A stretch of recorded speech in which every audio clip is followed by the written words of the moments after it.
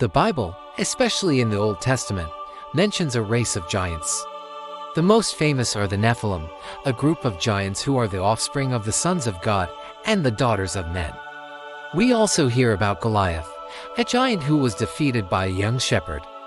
We are left with a profound question: were these giants a literal race of super beings, or were they a metaphor for ancient evil?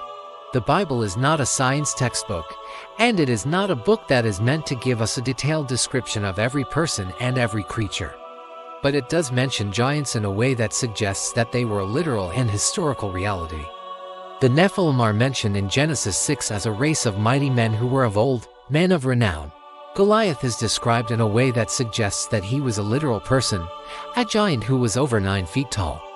The Bible seems to be telling us that there were literal giants in the ancient world, a remnant of a time when the world was filled with a supernatural evil. But the secret of the giants is not in their size, it is in their symbolism. The giants were a physical manifestation of a spiritual problem. They were a symbol of a world that was filled with a profound and pervasive evil. They were a reminder that the world before the flood was a place where the lines between the physical and the spiritual were blurred. A place where a supernatural evil had taken root and was corrupting humanity. The giants were not just big people, they were a symbol of a world that was in desperate need of a spiritual reset. The story of the biblical giants is a powerful and essential lesson for us today. It reminds us that our world is more than what we can see. It shows us that there is a spiritual reality at play, and that our world is often a reflection of a much larger cosmic drama.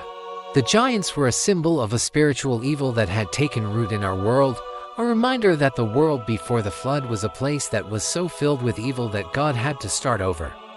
The story of the biblical giants is a timeless reminder that the ultimate battle is not against flesh and blood but against the spiritual forces of evil, and that our world is in a constant battle between good and evil.